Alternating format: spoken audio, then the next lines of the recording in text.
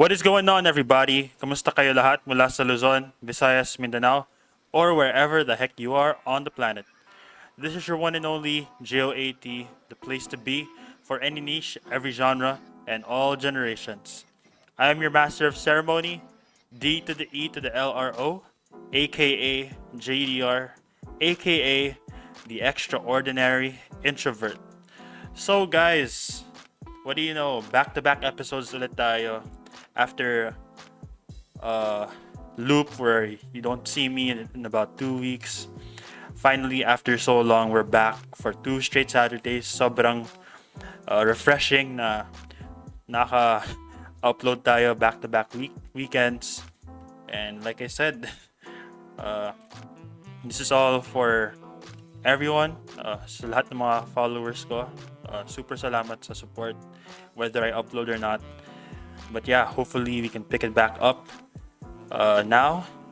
And di ko na patatagalin yung intro kasi alam ko sawa na kayo dyan. But basically, if you're wondering kung anong episode na to, we're gonna go a little niche base here. So we're gonna talk about podcasting again, but not just that. We're gonna talk about podcasting and just being a vlogger. So, why choose one or the other when you can do both, right? So our guest over here will explain and will share kung paano siya mina-micro or kung paano niya mina-micromanage lahat yan. And also, another episode, another podcast collab. So, we are here again, collabing with another fellow podcaster. So, if in season 1 I had the Maroon Talk voice, which this guest knows very well, and if in the previous episode we had Spill the Soju, which is a K-pop podcast, this guest over here, as her name suggests, we're gonna be we're gonna be having all that jazz today. And as her podcast show suggests, magkukudan lang tayo ngayon. So let's give it up for Miss Jazz Aberilla of Kuda Serye, everyone. Hi! Hello! Ano tawag mo sa mga listeners mo? Mga Del Bros at Sistas. Yep. Oh, hello mga Del brothers and sisters. Yeah. Kamusta? Yes. Yo, Thanks for kamusta, inviting Jazz? me here. Yes, truly, pleasure ko. And guys, by the way, si Jazz over here, may bago siyang episode din every Saturday. So, ang swerte niya ngayon because ang dami niyang airtime. This Saturday, she won't appear once, but she'll appear twice. So, sa mga Kudazers dyan, support natin si Ate Girl Uy, over iba here. yung Kudazers. Ibang podcast yun. Ano ba yung fanbase mo? Ano ba yung fandom mo? Like, ano yung pangalan ng Hindi mga kasi originally hindi ako podcaster eh. Ako YouTuber. YouTuber. Nasa YouTube ako, travel vlogger. Tapos yung tawag ko dun sa mga nanonood, Jazzters. Pero nung podcast, sige, Jazzters na rin sila. Mga kakuda. Yun nga, may isa pa kasi na may kuda din. Though hindi ko, hindi ko alam na may Kudazers na. Nung parang siguro 3 episodes na yung Kuda Serye, nalaman ko na, ay, may Kudazers pala. Pero yon hindi Kudazers, Jazzters. My bad. Pero yeah, that's your fan base right there. Sana makipag-tune in kayo dyan. And also, another fun fact, if you're wondering kung saan nanggagaling yung mga template ko, yung mga PubMat, pina-follow ko yung template ni Ate Jazz dito. Kasi di ako magaling sa Photoshop, pero nung nakita ko yung mga PubMat mo, medyo yun yung naging peg ko na rin. So, shout out to Jazz for Thank you! your amazing graphic designing skills. Salamat. Yeah, so that's enough introductions right there. Again, nice to meet you, Jazz, and let's get to it. So, una sa lahat, ano yung Kuda Serye? Like, what is it exactly all about? Ano yung kinukudaan ninyo with your guests? And I think si Fim, who I had on the show a couple of months back, he also guested on your show daming beses, no? Oo. Parang sugi mo na Suki yun siya at sa ever. Kuda Serye. So, ayun, mga ka-brothers and sisters, mga makikinig. Yung Kuda Serye, ayun nga, podcast siya na ini-introduce ko ng May last year. So, ayun nga, nabanggit ko kanina na initially, ano talaga ako, gusto ko maging travel vlogger sa YouTube. Mhm. And then nga, nung nangyari yung pandemic, so, paano naman ako makakagawa ng mga travel videos? Tapos, dito sa bahay, wala ako masyadong ma-share. Hindi ako yung hindi ako masyadong yung ma-share ng personal life na Yeah. vlog. Di ba may mga ganun na vlogger na nasa bahay lang. Pero, ayun nga, mas gusto ko talaga yung travel. So, na-realize, ayun nga, nawawala na ako ng content. May mga may mga viewers, nalilito na ako sa viewers and listeners, na parang naghahanap sila na, oy, mag-upload ka. Sabi ko, ano na naman gagawin ko? So, nung mga una, nag-try akong mag-upload yung mga how to make dalgona coffee, ganyan. Tapos, syempre, nung mga wala na akong maisip talaga. Wala naman nangyayari masyado sa bahay, kundi work lang. Work from home kasi ako since March din. So, ayun nga, na-realize ko din na sabi ko, push ko na kaya yung podcast kasi ako din mismo, fan ako ng mga podcast, ng mga local Pinoy podcast. So, nakikinig talaga ako. Tapos, akala ko dati sobrang hirap niya gawin. Pero din dahil sa Zoom, sa technology, madali na rin pala. Tapos, ayun nga, nilaunch ko na siya nung May. So, ang premise ni Kuda Serye ay makikipagkuda ka lang talaga sa mga kung sino-sino. So, yung mga una kong guest, mga friends ko lang talaga na, kasi ganun yung tawag namin kapag nagdadaldalan kami, nagkukwentuhan, kuda, parang nagkukudaan daw kami. So, yun, in-apply ko lang siya kasi ako din, makuda din ako as a person sa mga friends ko. And serious siya kasi iba-ibang mga friends, hanggang sa mga kahit mga hindi ko nakilala, gina-guest ko na yung mga interested ako sa mga life nila. So, we talk about their lives, their careers, yung iba about their relationships, na mga iba-ibang experience. So, ako ang goal ko sa Kuda Serye, i-highlight yung mga accomplishments, yung mga nangyayari sa mga buhay ng mga friends ko kasi na-realize ko din na ang dami kong mga friends na ang gaganda ng mga buhay, ang ganda-ganda ng mga ginagawa nila, and I want to share their stories sa mga tao, sa mga nakikinig. At ayun lang, series of kuda lang. Anything under the sun lang din yung mapag-usapan. Ayun, di ba ang kuda ko?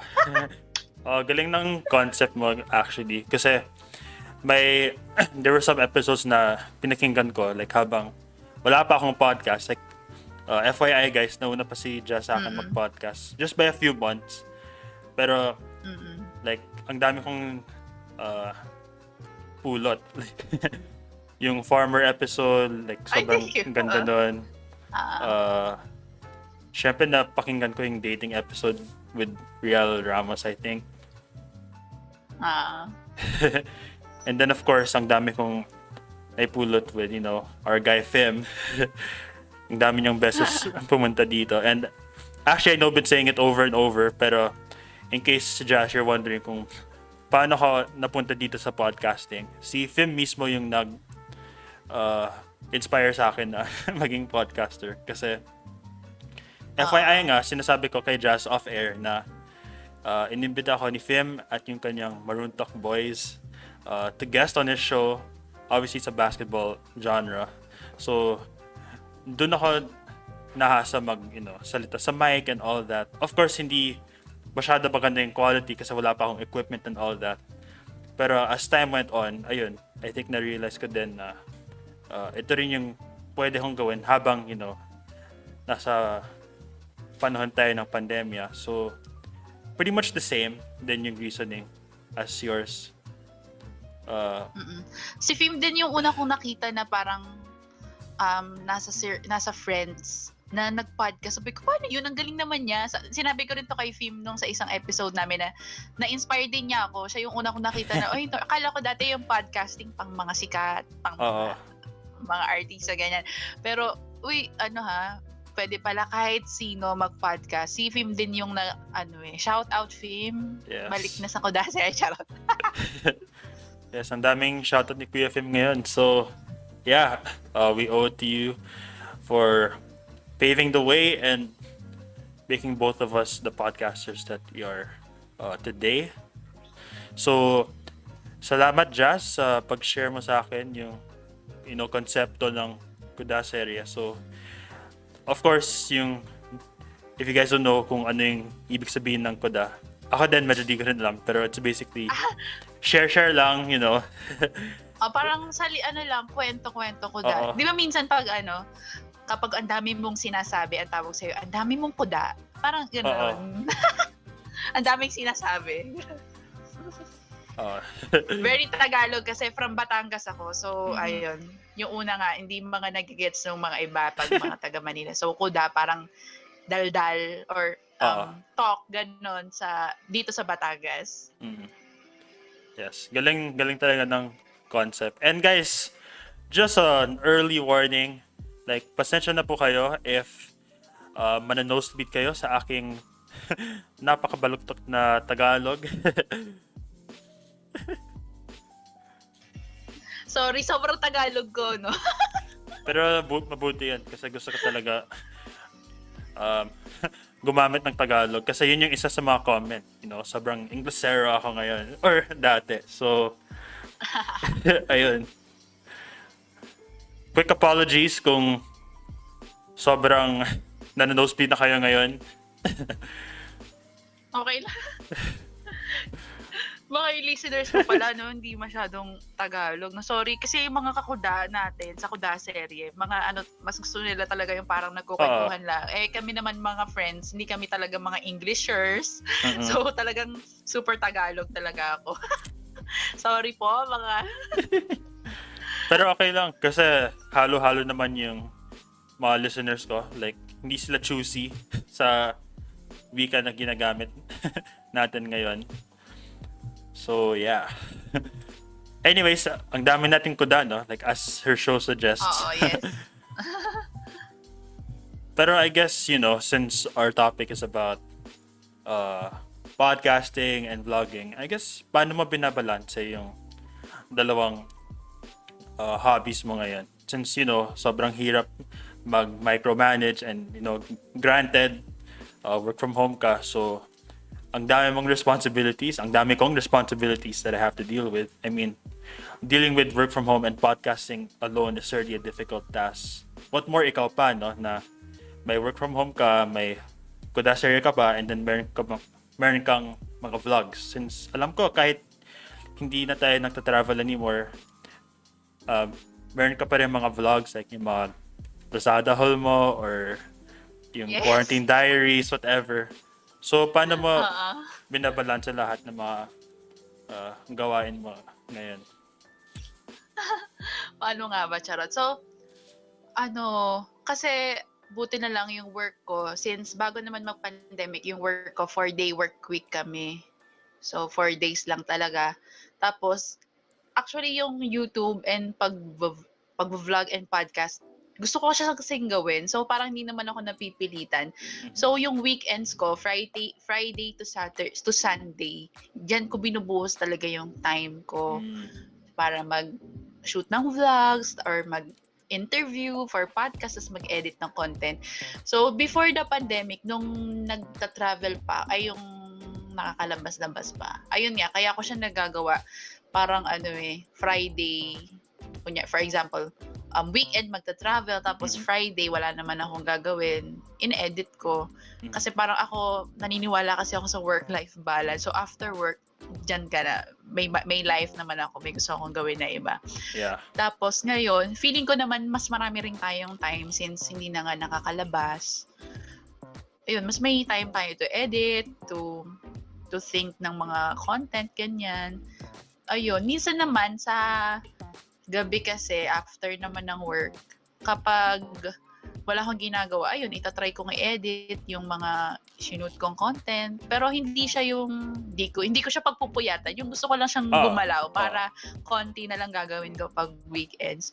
So, ayun, medyo iniisip ko na rin paano ko kaya to magagawa ng continuous pa rin, ng consistent after the pandemic. Kasi relatively, mas may time talaga ako ngayon. So, ayun talaga, weekends talaga for me, YouTube and podcast yan. since di naman nakakalabas. Mm. So, tingnan natin after the pandemic kung magagawa ko pa. Oo. Saka mas nadadalian pala ako sa podcast eh. Mas nadadalian akong i-edit sa kanya kasi may template na ako after ng interview. Kaya kong i-edit ng parang isang upuan. So, ikaw nga may share kanina off-air na automatic nang naka-template. Sabi ko, sige nga, tingnan ko paano yan para hindi na ako mag-edit. Diba? Though, ayun din, gusto ko rin, minsan may mga kinakat din kasi ako, ganyan. So, yun lang, cut and ano lang ginagawa ko sa podcast eh. Cut, improve yung audio, tapos publish. Mas madali yung podcast for me kesa sa edit ng video as a vlog. Right. Ayun. Right. Oh, totoo naman. And, yeah. Ako din, like, nung unang stages of this podcast, like, di ko pala alam na pwede nang i-template sa OBS or whatever. So, at least, may mga changes ako na ginawa for this new season. And hopefully, sa mga listeners ko and to anyone checking me out, the content has been pretty good and wala naman kayong problema. Okay lang. Ako man wala. Okay lang. Kasi turn ko naman magsalita. Okay, sorry. Pero you're back na, so it's fine. And actually, yun yung Okay. isa-segue ko. Like, that's gonna be my next question. So, with podcasting, with vlogging, Okay, sorry. everyone's biggest nightmare, the internet. So, alam nyo naman, when I tried doing the live setup, ang daming beses na disconnect ako, na-lag yung guest ko. So, I guess ikaw, Jazz, you're no different. So, paano mo hinahandle yung mga problema mo when it comes to Wi-Fi connection or technical issues among your setup or yung Wi-Fi problems ng mga guests mo? So, paano mo kina-carry pa rin yung pag-produce mo ng content despite our deficiencies when it comes to the Wi-Fi? Ayan, yan din nahihirapan din talaga ako. Kasi bagong lipat lang kami. Tapos parang wala pa ditong, ang tawag dito? Wala pang mabilis na internet dito sa place. Wow, on cue guys. Right on cue. But, okay lang. Because, it happens. But hopefully I can carry a little bit while we wait for Jazz right here. And even though this is pre-recorded, I usually post the videos on Facebook. So just comment away. And once again, ayun. Tama, sabi ko sa'yo eh. Ayun, nasan ako? Anong huling mong narinig? Sabi ko. Bagong lipat daw kayo. Yun yung huling. Pero ayan, sobrang on cue, no? Kami ng bahay. Oo.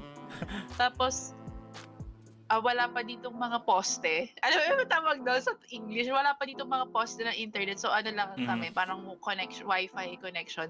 Sobrang nahihirapan talaga ako, tignan mo ngayon. Kaya ang mga schedule ko, morning, kung kailan wala masyadong tao dito sa bahay, wala akong kaagaw sa internet. Kaya, buti na lang mga friends ko pumapayag ng morning, afternoon, hindi sa gabi. Kasi pag gabi, ayan na, maraming tao dito, may nagne-Netflix, ganyan. So, ang dami kong kaagaw, yon. So, sa scheduling, ini-schedule ko na lang siya. Tapos, buti na lang din, yung mga guest ko, mga friends ko, so naiintindihan nila, nagsasorry na lang ako, sorry na po to. Ano ba yun? Sorry. Yun ang problema ko. Ine-edit ko na lang siya. Kapag ganitong nawawala ako or nawawala yung guest, ine-edit ko na lang siya sa post-prod. Kaya hindi ko rin kaya talagang mag-live. May isang beses nga, share ko lang, nag-guest ako ng live, about podcasting din yun eh. Naging guest ako. Tapos, nakakahiya. Parang lagi ako na... Oh my gosh.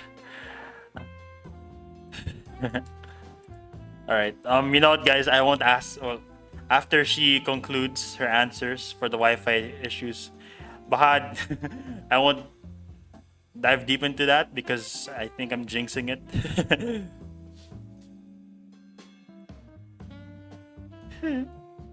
nagpalit ako ng internet. Mm. Sana mas okay na to. Okay. Dalawa na yung wifi namin dito ha. Sorry. Okay Paano lang. ba? Paano natin sisimulan?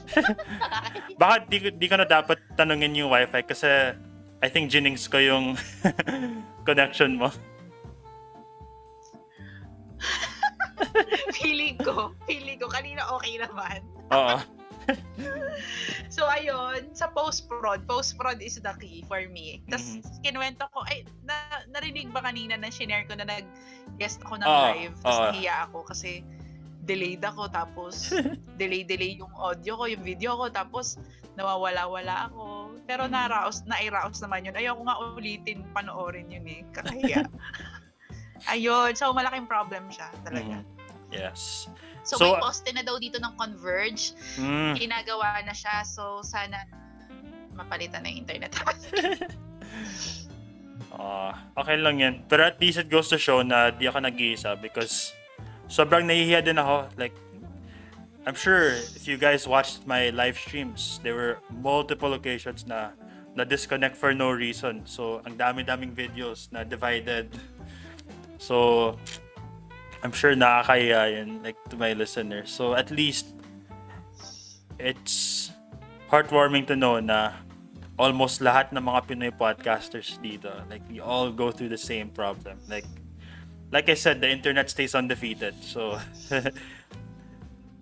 palaging talo kami. Or talo tayong lahat, mga kapodcaster dito.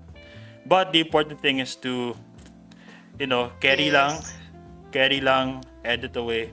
Because as the old saying goes, they may win the battle, or we may lose the battle, but we're gonna win the war at the end of the day.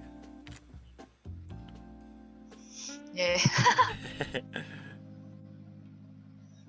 Laban lang. Oo, carry lang, guys. Kasi kung ano ka sa internet, wala kang magiging output, di ka makakapag-shoot. So, laban lang kasi wala tayong magagawa. Sa Pilipinas tayo, napakabagal talaga ng internet dito. Yes. Given talaga yan, guys. So, yeah. I guess, wag na natin pag-usapan yung tungkol sa internet kasi sobrang bad luck yung nangyari ever since. But, yeah. Sana rin po sa mga providers natin dyan, baka naman pwede natin i-improve yung internet. Sana yung mga influencers natin, like sina BTS or si Chris Evans, sana ma-inspire kayo na bilisan yung internet natin. So, let's see. Anyways, grabe, medyo nawala tayo dyan sa train of thought natin kasi yun, malaking Oo nga okay lang, go. putol yung internet. Pero, I guess, let's focus now on, the vlogging side. So, di mo na tayo nakaka-travel and all because of, the current situation. And I'm sure ikaw, as an original travel vlogger, na-miss mo yung pag-record mo live and then pag-edit. So, ano yung pakiramdam mo na di ka na makaka-vlog outside for the time being? Nakapanibago ba? Or are you still able to find ways na mag-pump out ng mga video, mag-publish ng mga video kahit, nasa bahay pa rin tayo lahat?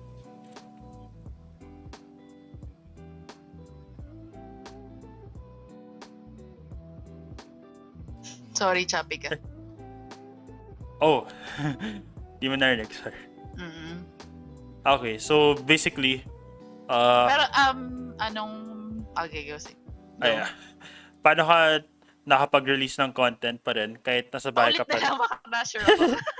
Okay lang. So, di ba, nung nagva-vlog ka dati? So, siguro nga, tinanggap ko na lang din ang katotohanan na hindi pa ako makakapag-release ng travel videos muna. Pero lately, nag-upload na rin ako ng mga paglalabas ako. So, alam mo yung nakakahiyang maglabas ng content na nasa labas ka. Siyempre, lalo na kung may mga viewers ako na younger, yung parang gusto mo rin maging good influence sa kanila na yun nga, gusto natin nasa bahay lang muna tayo. Parang ako din kasi medyo paranoid, di rin ako confident lumabas-labas din. Nag-a-adjust talaga. Kailangan, kung gusto mong mag-release ng content, mag-adjust ka. Though, kahit mahirap, makakahanap ka ng content na pwedeng gawin sa bahay. Like, nabanggit mo nga kanina yung mga Lazada haul, Shopee. So, bumibili na lang din naman ako. Di ROI ko na, ipakita ko na. Though, natutuwa din yung mga viewers ko doon. Yun lang, di ba, napakadali. Papakita mo lang kung ano yung mga binili mo, tapos content. So, ayun, we should be more creative kahit nasa bahay lang.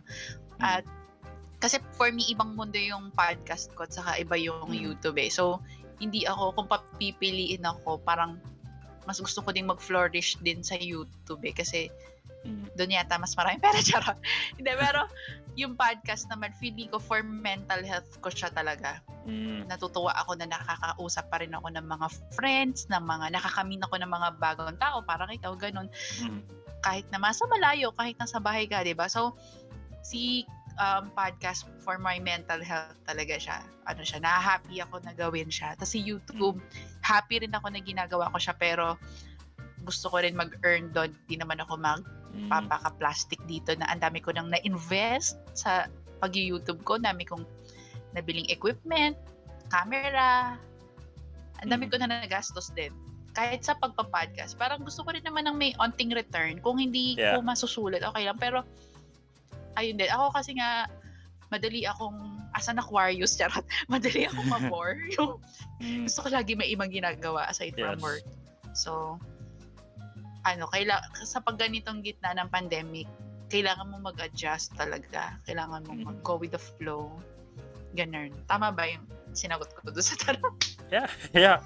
Okay na okay siya. Like, sobrang gets yung mga sinabi mo. And I think hopefully makarelate din yung mga listeners ko. Like, I know sobrang hirap no na nasa bahay pa rin tayo after a year. But I think it's really up to us how we're gonna deal with the situation. Pwede lang tayo maglukmok or anything. Or we can step out of our comfort zones and, do stuff that maybe cringy at first because, who would want to listen to their own voice? Like ako, nung nag-release ako ng first episode, sobrang cringe fest. Kasi sobrang pangit pala na marinig yung boses mo at first. Pero, sanayan lang and eventually you realize how enjoyable yung experience. So, yeah. Super tama yung mga bullets mo, like regarding the adjustments of, being cooped up in the house for so long and dealing with, the difficult circumstances right now. So, I guess siguro din, iba-iba lang tayo ng way. Parang tayo, podcast, yung iba, nagbe-bake sila, nagagawa sila ng ibang hobby, nagwo-workout, nagpapaka-buff, nagpapaka-sexy. Siguro iba-iba rin tayo. Kasi iba-iba naman tayong personalities. Ako kasi extrovert talaga ako ever since. Though feeling ko nagiging introvert na rin ako dahil sa pandemic. So, ayun yung way ko talaga to cope yung YouTube. Pero yung mga listeners na kung hindi kayo nagpa-podcast, hindi kayo ng YouTube, makahanap kayo dyan ng way paano nyo paano nyo masusurvive ang pandemic. Meron kami episode dyan ni Fim. Baka promote. Yes, tama. Like, it's all about trying to thrive pa rin sa isang taon na nasa quarantine tayong lahat. But yeah, there's so many things we can do to try to make our lives a lot more meaningful kahit, nasa indoor setting pa rin tayong lahat. But I guess let's take it back. So, alam ko na being a vlogger, ang dami mong ginawang videos and all that. So, if you were to tell me, like, kung ano yung mga paborito mong hits and all that, ano kaya yung mga ito? So, what are your favorite vlogs back then? Or what are your favorite vlogs now? Like kahit yung mga hauls mo and all that. Like ano-ano yung mga videos na masabi mo na, ay okay pala to. Like pwede kong panoorin ng paulit-ulit without getting sawa na of it. Yes. Oo. Eto, meron akong vlog nung 2019. Nagpunta ako ng Taiwan with my best friend. Yun yung 4 videos yun eh. So, series yun. Yun yung siguro yung vlog na very proud ako. Kasi pinaghandaan ko siya. Tapos, super gusto ko rin talaga yung Taiwan. At ang tagal ko kasi hindi naka-travel nun internationally. Kaya parang pinaghandaan ko yung travel na yun. Tapos, medyo naging viral-ish yung ginawa kong ano dun eh. So, napunta ako, if you know Meteor Garden, kung mga 90s kids, 2000s, kilala nila yung F4, ganyan. Yun. Nagpunta kami sa school kung saan sinute yung Meteor Garden. So, ang daming views nun. Medyo isa yun talaga sa daming views na vlogs. Tapos, meron pa akong photo series na nag-viral sa Facebook. Medyo viral, hindi masyado naman. Mga bihira na kasi ako makakuha ng mga 2K likes yata yun. So, very happy ako doon na sulit yung travel ko nun eh. Saka very happy ako dun sa nangyari kasi super fan ako ng F4 talaga. So na-enjoy ko na yung paggala-gala doon, nakagawa pa ako ng content. Tapos, ayun, pinaghirapan ko rin yung video na yun. Medyo mahaba siya pero ang daming comments na maganda. So, if you like to check out Jazz Aberilla nandun siya sa harap ng YouTube ko kasi very proud ako. Hanggang ngayon yun yung best ko. Tapos apparently pa rin yung mga most viewed ko na videos pa rin sa YouTube, yung mga travel vlogs pa rin. So after all this pandemic and everything, I think dun pa rin ako babalik sa pag-travel. Kasi mahilig din talaga ako mag-travel at yun din yung content na gusto ko din gawin. Yun din yung gusto kong panoorin. So let's see, after the pandemic talaga, yun ang gusto kong bumalik sa pagta-travel vlog. So, marami akong mga batanes, ganyan. So, so far, pinaka-proud ako na nagawa ako Taiwan. So, check it out. Check it out! Wow. Galing, galing.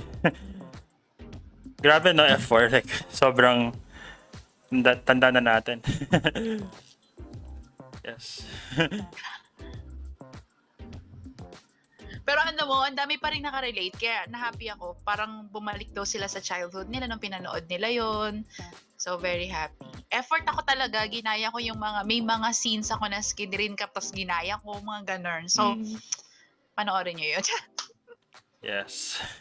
Definitely. And ililink ko yun like sa description para pakita din ng mga Thank you mga listeners ko because ang daming fans ng, K-drama and all that. So I'm sure ma-appreciate nila yun.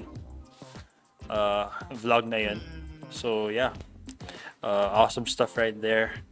So I guess, since you mentioned yung paborito mong vlog before the pandemic, talakayan na natin yung paborito mong vlog during the pandemic. So, nakikita ko yung list of videos mo. Like, you haven't stopped, Not counting the podcast, of course. Pero ang dami mong mga side videos and all that. So, ano kaya pinaka-paborito mong vlog from March 15? Yeah, yun yung nag-start, no? From March 15, 2020 tinitignan ko tuloy kayo.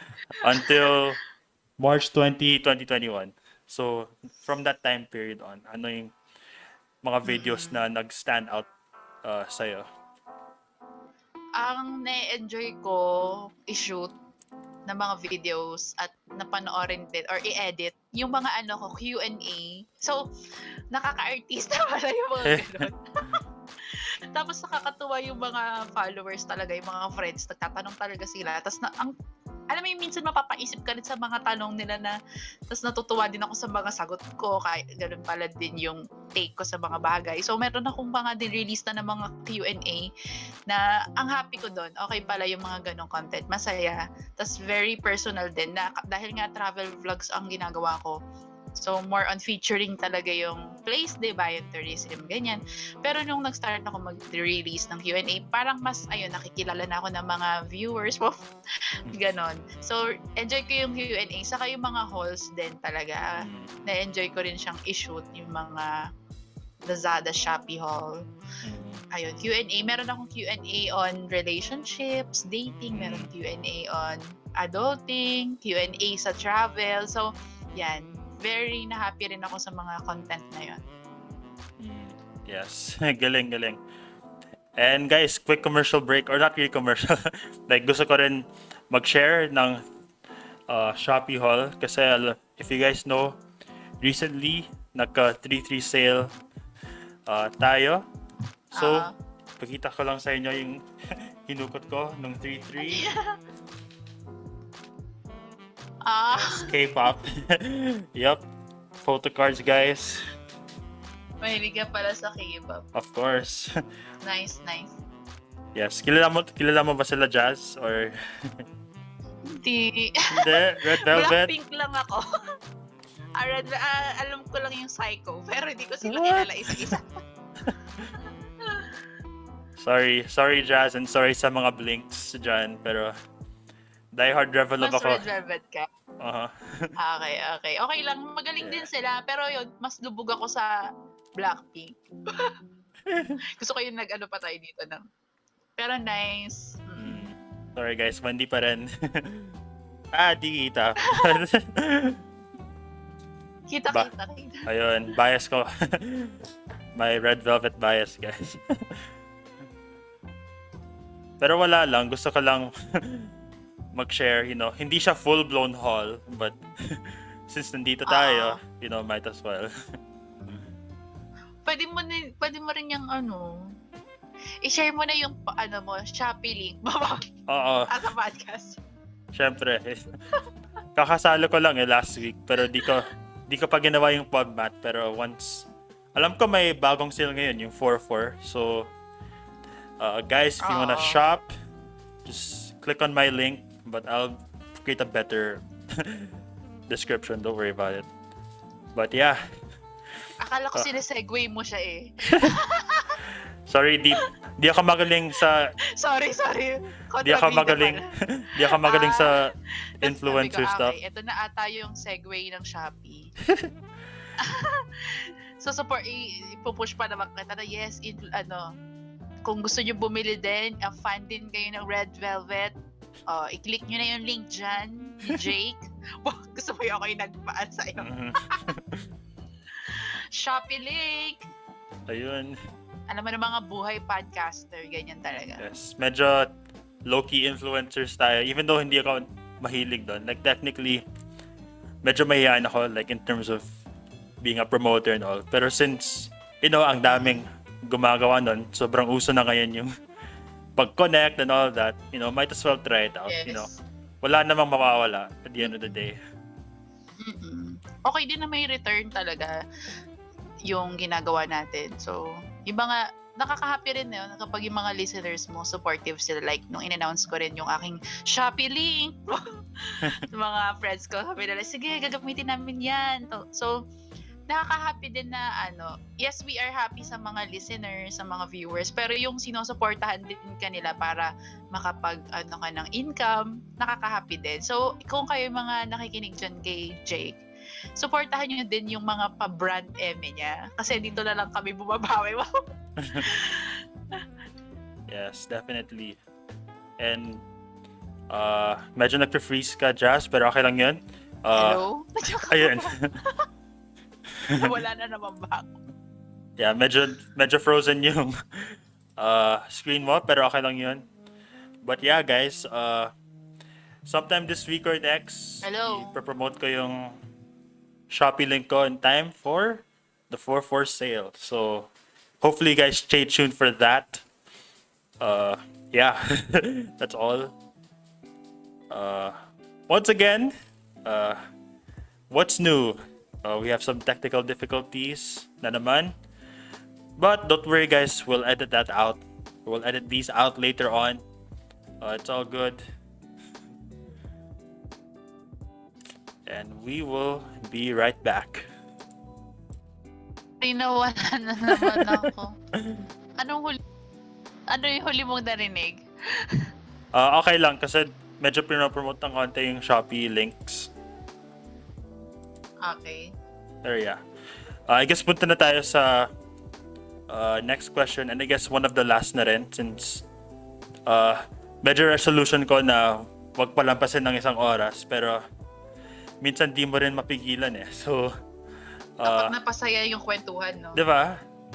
So I guess time management, paano mo minamanage yung oras, whether vlog man yan or podcast. Alam ko vlog easy eh, kasi raw clip siya and all, pwede mong i-delete and all. Same din naman sa podcast, pero yung difference sa podcast, nakapul ka lang, nasa microphone ka lang, and, Zoom meeting siya, so, medyo dapat mas calculated yung pag-distribute mo ng time and all that. So, I guess, paano mo minamanage yung oras mo with yourself, with kung solo episode or with your fellow guests? Paano yung proseso na yan in terms of, time management and all that? Ayun, time management.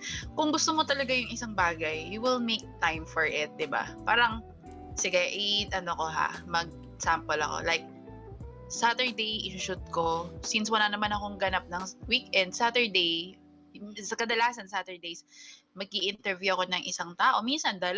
So, nakakadalawang episode na ako nun sa podcast.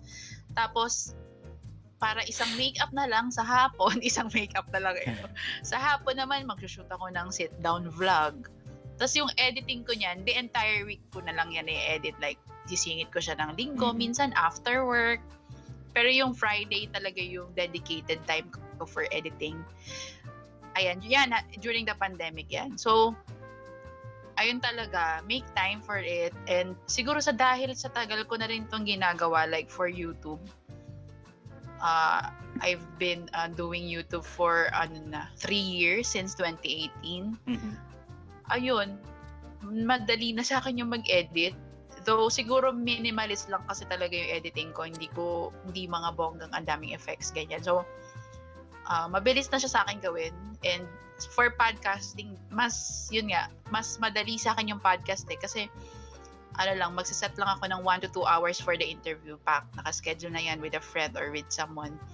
Tapos after yung editing nun, kaya ko lang din siya ng isang upuan kasi may template na ako. So ayun, make time for it lang talaga.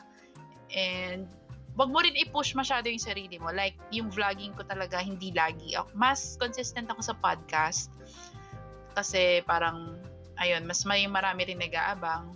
Kasi parang advice din yun sa mga podcasters na maging consistent ka with your schedule kasi may mga listeners na nag-aabang sa'yo. Sa YouTube, yan yung medyo pumapalya ko. Before, tinatry ko rin yung weekly. Ngayon, every 2 weeks na lang. Since I'm also uploading yung mga podcast episodes sa YouTube. So, nasuserve na rin siya as content sa YouTube. So, ayun, make time. Tapos yung mga graphics naman, may mga templates na ako. So, very easy na rin yan sa akin. Siguro kay work ko din, social media manager din kasi ako. So, Photoshop, everything, sobrang, yun na yung skill ko talaga din. So, hindi ko siya inaral dahil inaral ko na siya nung college. Yung video editing, kasi communication graduate ako. So, ayun din. Though, same din ang ginagawa ko sa work yung ginagawa ko, at least iba naman siya, medyo personal touch siya. So, siguro dahil sa tagal ko na nga din ginagawa to, madali na siya sa akin. Ayun. Gets. Okay, that sounds really good. And sobrang galing nga ng konsepto mo. Like, some of your videos, super consistent yung time.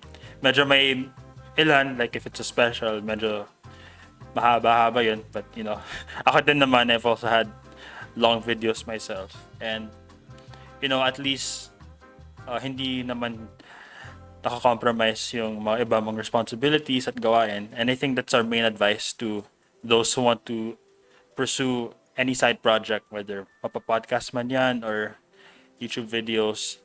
Like, at the end of the day, it's still all about fulfilling making time for it, and also staying committed to your responsibilities, whether errands man yun sa bahay or your work. Like, it's important to just keep everything balanced all throughout. Oo. Siguro ang kulang sa akin ngayon, lande, charot, yun na lang pala. Kasi Same. may time ako sa household chores, tapos sa gabi parang after mo mag-work, mag-e-edit ng kaunti. Nonood ako ng movie, yun. Nakakapanood naman ako ng movie pa. Kasi yun din yung isa ko din hobby, gusto ko manood ng mga movies. Feeling ko talaga nga relatively may time tayo. Pero ayun, depende rin talaga kung paano mo gagamitin yung time mo. Kaya nyo rin yan. Kahit hindi podcasting, kahit hindi YouTube. Siguro dahil gusto mo rin siyang gawin. Feeling ko kung hindi ko to gustong gawin, hindi naman para matutulog na lang ako. 'Di ba? Ikaw, feeling ko kaya mo to kino-continue, nag-e-enjoy ka. Yes, ako nag-e-enjoy din ako makipagkwentuhan sa mga iba-ibang tao. Ang dami nating natututunan sa bawat isa, 'di ba? Ako talaga enjoy ko talaga yung podcast kasi kahit may mga matagal ko ng friends yung mga guest ko, may matututunan ka pa rin bago sa kanila, 'di ba? Parang ay talaga ganun din pala yung take mo sa ganun. Every episode, every kuda with a friend is na-happy ako dyan. Hindi siya parang work for me. Diba? Yung parang, ayoko na, oo. Hindi siya ganun. Alam mo yung nakaka-zoom, na-feel mo ba yung Zoom fatigue? Yun ang daldal ko, no? Sabi mo 1 hour lang. Pero sige. Okay lang. Go lang. Ayoko. Pag sa work, napapagod ako sa work, pag mga meeting sa work. Pero, kung personal naman, with friends, diba? Super okay siya for me. Doon nabawasan na nga rin yung mga inuman. Yun. So, kung kaya nyo rin yun, mga Jazzters and mga brothers and sisters ni Jake ayun, kaya nyo rin manage ng time. Siguro mag-a-apply naman to sa lahat. Yes, definitely.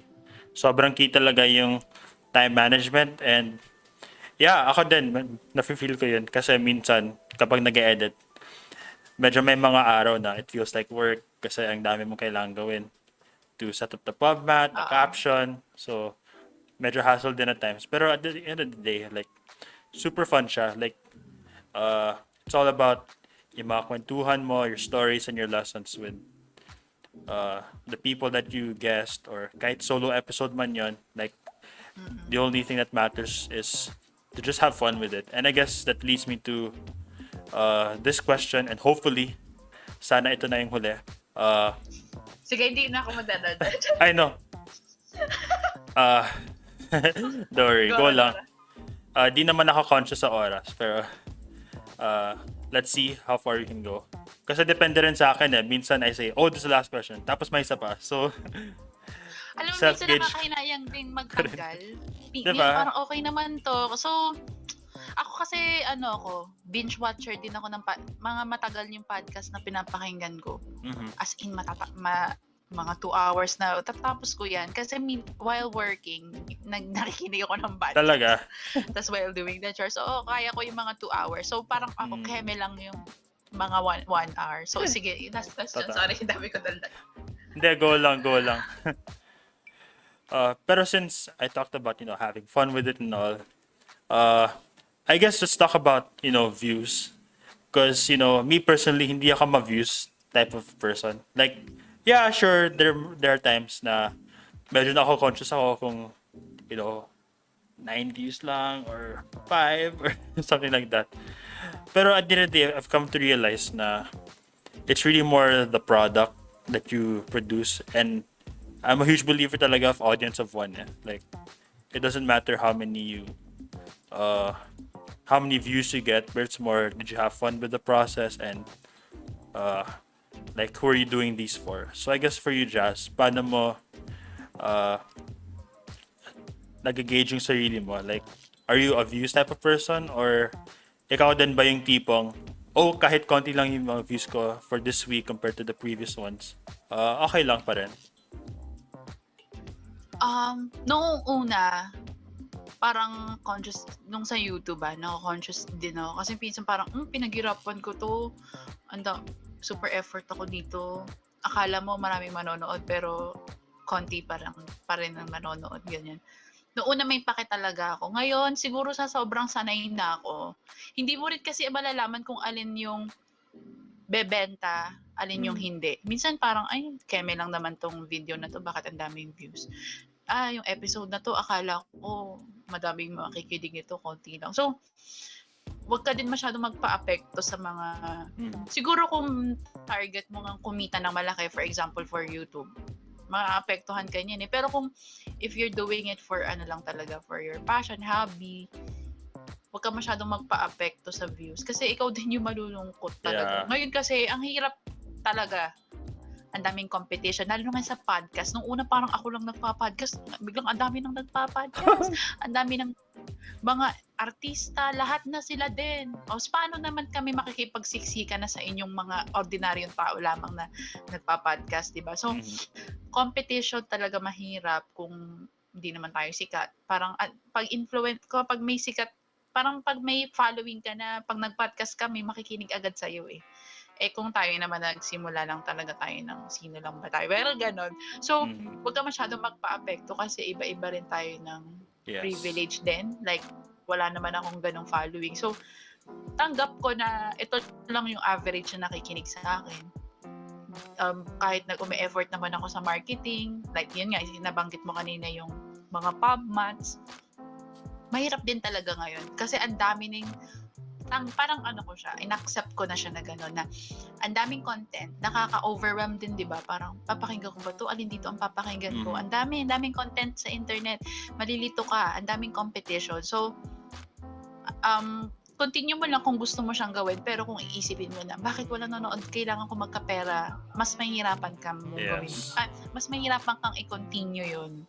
Diba? Parang pag masyado kang nagpa-apekto sa views, sa followers, mas maano yan sa utak mo na ma-demotivate ka. Kung ano, tayo, Jake, kung masyado tayo magpapa-apekto sa listeners' views, siguro tumigil na tayo. Kasi ang konti lang naman, ako din, sobrang konti lang nakikinig sa akin, konti lang naman nanonood sa akin. Kung nagpapa-apekto ako doon, titigil ba ako? Hindi na, di ba? So, yun. Kung gusto mo siya, tuloy-tuloy na. Yes, definitely. And ako naman kasi, like, yung thinking ko, like, yung pag-podcast ko ngayon, like, it's more of just conversations. Like, kasi, you know, sa hirap ng work from home setup, you know, nakakapagod yun. Like, it's also a break for me, like, from the daily grind. Even though, like, there's some technical stuff that add to my workload for the entire week, including the weekends. Like, yung mga simpleng conversations na to, like, super refreshing talaga. So, of course, kung may views, edi okay, like, of course. But, you know, kung hindi masyado karami, like, okay lang din. Because at the end of the day, like, it's all about, did you have fun with the process? Did your guests enjoy, like, the time they spent with you? And may mga aral ba na naipulot ka, like, throughout the 1 hour or so that you were here? So, you know, to those who want to pursue this, of course, if you are really in it for the views, there are different ways you can watch a lot of tutorials kung paano. But I guess yung advice namin ni Jazz to you guys is, you know, just have fun with it. You know, enjoy nyo lang yung pag-produce ng content, you know. Kasi ngayon, you know, I think we're still gonna be stuck in this loop for quite some time. So, I guess if there's one way to help you guys, you know, kill the boredom, quote unquote, ang daming avenues to do that, and you don't need the best equipment in the world, guys. Like, ako nga, super cheap lang yung mic core and stuff like that. Of course, you'll have to invest, but you don't even need the best equipment in the world para lang mag-produce ng content. Diba, Jazz? Yeah. Ako din, super Lazada lang ata to, Shopee lang tong microphone ko. Wala talaga sa equipment. Tsaka, yun nga, basta may ako for personal talaga yung podcast na may natututunan ako sa bawat guest na nakakausap ko. So, okay na ako dun. Kung may makinig, edi super happy na lang din. So, ayun. Definitely. So, alam ko I tried saying that was my last question, pero I have a follow-up. Since you mentioned, you know, favorite vlogs mo, ano naman yung mga favorite podcasts mo? Like, ilan ka na? 40 or something like that? Basta marami ka na. Podcast episode? Oo. 42 na. Kanina nag-release ako Saturday, ngayon nag-release ako ng pang 42 episode. Wow. So, Favorite podcast episode? Siguro yung unang-una, since yun yung start eh. Kung di ko yun ginawa, wala. At saka super enjoy ko yun kasi super close friend ko din yun. Tapos parang kinuwento niya yung journey niya, paano siya naging farmer. Tapos one of the most listened din talaga siya. So, ayun, super favorite ko yun. At yung mga episode ni Real Ramos na medyo makalat. May mga about cheating, ganyan. Yan yung mga bumibenta, yung mga about relationships, dating.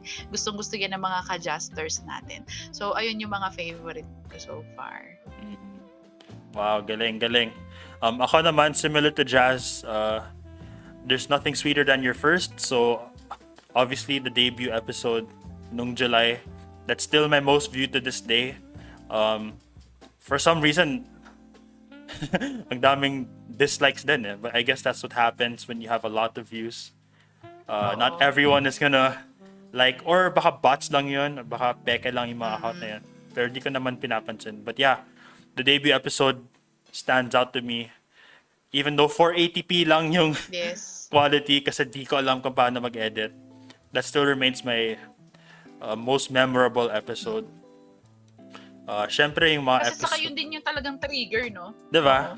Na magtuloy-tuloy tayo. Kung hindi mo ginawa yung first episode, makakaabot ka ba sa kung ilang episodes ka na ngayon? Season 2 ka na rin ba? Season 2 na ako. So, walang episode 1. Walang podcast. So, diba? happy tayo sa mga first episode natin. Yes. So, definitely I enjoyed the debut. Of course, di ko makakalimutan yung episode ko with Fim, just like you. Kasi diba, they're into sports. So, we had a whole conversation about that. Of course, lately, I'm slowly becoming a diehard K-pop stan. So, di ko malilimutan yung mga K-pop themed episodes ko. Jazz, if you have time, like, dapat mapakinggan mo yung dalawang K-pop episode ko. Sige. Saka yung Red Velvet, yes, I'm listening naman sa mga songs, pero hindi ko sila kilala. So, I will check that out. Yes. So, yeah, definitely yung mga K-pop episodes ko with one of the Spill the Soju guests and with some of my close friends who are definitely into K-pop like I am. Of course, there was one na super memorable, like taga-UP din. I'm sure you know their courtside reporter nung season 82. Gines ko si Yanni, like back in November. Super unexpected. But yeah, hopefully you guys can also check that out. Since I'm sure... Ang ng mga guests mo, ha? Yeah, super unexpected talaga. But yeah, for those who are missing out on the UAP action, since I don't know when we're gonna get that back, you may want to check that out as well. Yeah, sobrang halo-halo, no? Like, may taga-UP, may taga-Ateneo. UPLB, what's up? Yes, shout out UPLB. mga ka-UPLB.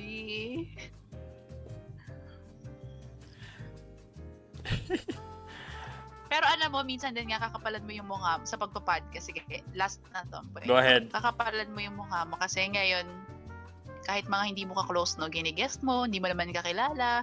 So, talagang ikaw yung mag-reach out para magkaroon ka ng guest. Kung interested ka dun sa life nila, sa ginagawa nila, why not? Sige, galingan mo. Ako, kumapal yung mukha ko sa pagpa-podcast eh.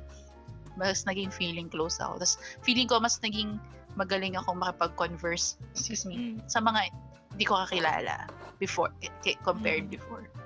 Yun na, last na yun. Dami ko pa.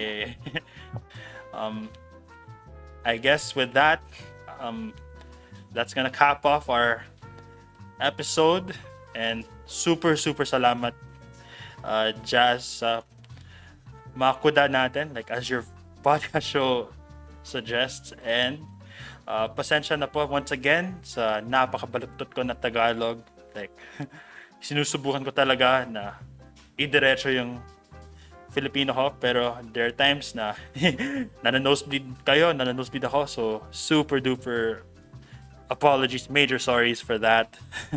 Pero Jazz, ano sa tingin mo? Okay ba yung Tagalog ko or medyo konyakid ba ako, you know? Okay naman.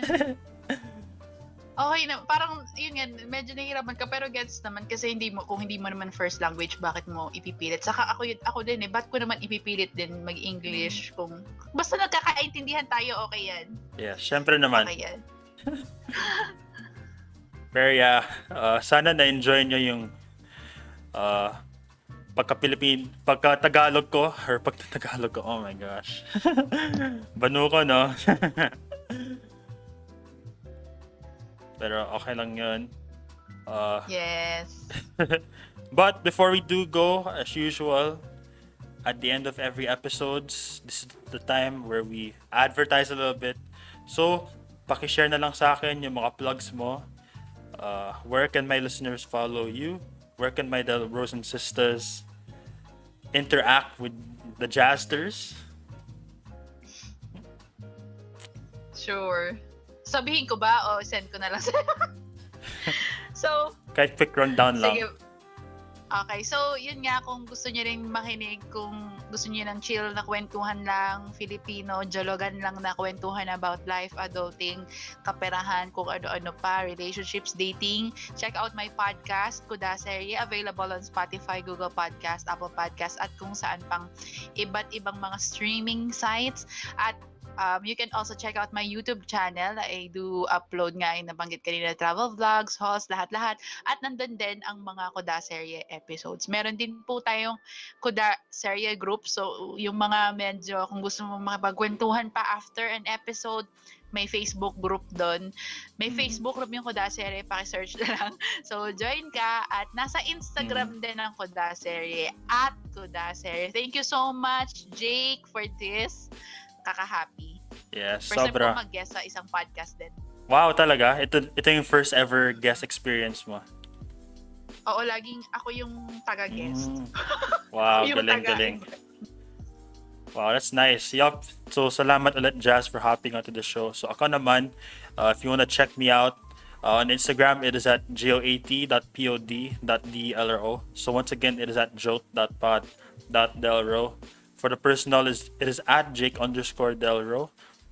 On Twitter naman, it is at _Del_Ro_. On Facebook, it is facebook.com/joat.pod.delro. So it's just like my Instagram. Or if you just want to search it on the search tab, it is Jake of All Trades with Delro. This podcast can be streamed, televised, viewed, and listened to on the following platforms: Spotify, Google Podcasts, Anchor, Radio Public, Breaker, YouTube, and on Facebook. And of course, last but not least, don't forget about our Shopee haul or our Shopee links. So I will link both Jazz and my links on the description. Thank you. So, any last words, Jazz, before we officially wrap it up? Okay na, ang dami ko na yata sinabi. Pero thank you, Jake nga. Thank you, Jake, for inviting me here, and more power to your podcast. Yeah, salamat din, Jazz, for showing up. It was truly a pleasure guesting you. And super saya ako that I was able to finally upload for 2 straight Saturdays. Like, naka-refresh after a whole month of posting every other week. So hopefully we can continue to pick up back up. But with that out of the way, that's a wrap, y'all. Thank you for tuning in today, mga Del Bros, Sistas, at Jazzters dyan. This has been your one and only Jake of All Trades. I am Delro from the Jake of All Trades. She's Jazz from Kuda Serye, and we are both signing out. Hanggang sa susunod na usapan. See ya, and once again, stand Red Velvet, everybody. Bye, thank you. Bye.